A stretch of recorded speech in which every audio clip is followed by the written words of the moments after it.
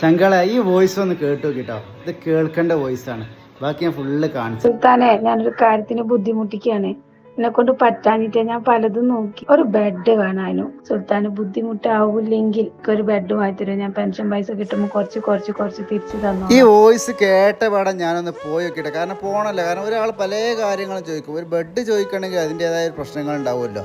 എന്നോട് ഊരവേദനയാണെന്നൊക്കെ പറഞ്ഞു കേട്ടോ. ഏതായാലും അപ്പോൾ രണ്ട് കാലിനും ശരിക്കും സ്വാധീനം ചെയ്യാതെ വാക്കർമൽ നടക്കുന്ന ഒരു ചേച്ചി നമുക്ക് വോയിസ് ഇട്ടിട്ടുള്ളത്. ഇതാണ് അവരെ ബെഡിൻ്റെ ഒക്കെ ഒരു അവസ്ഥ കേട്ടോ. വളരെ ദയനീയ അവസ്ഥയാണ്.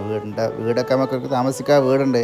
പക്ഷേ അവർക്ക് ഊരവേദന എന്നൊക്കെയാണ് പറയുന്നത്. ഏതാ ഞാൻ പറമ്പിൽപ്പീടിയുള്ള ഹോം സ്റ്റേയിൽ ഫർണിച്ചറിൽ പോയി നല്ലൊരു ബെഡ് വാങ്ങി അവരെ. അപ്പം നമ്മളാ ബെഡും കൊണ്ട് പോവാണ് കേട്ടോ. കാരണം നമ്മളൊക്കെ AC ഇട്ടുകാണ്ട് വൈറ്റുള്ള ബെഡ് മേലൊക്കെ കിടന്നു തുടങ്ങുമ്പോഴേ നമുക്കിതൊന്നും കേട്ടിക്കാൻ കഴിയാ. പെരുവള്ളൂർ പഞ്ചായത്ത് KK-പടി താമസിക്കുന്നൊരു ചേച്ചിയാണ് കേട്ടോ. വാക്കർമലാണ് അവരെ നടക്കുന്നതൊക്കെ. രണ്ട് കാലിന് സ്വാധീനമില്ലാത്ത ചേച്ചിയാ. കേറല്ലേ. നിങ്ങള് പറഞ്ഞ ഞാൻ കൊണ്ടുവന്നാണ്.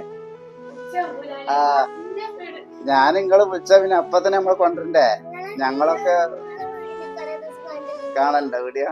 നിങ്ങള് വോയിസ് കേട്ട പാടെ തന്നെ ഞാൻ വേഗം പോയി വാങ്ങിക്കൊണ്ടത്. ആയിക്കോട്ടെ കൊണ്ടുവന്ന് ഞാൻ വണ്ടി നിർത്തി തരാം.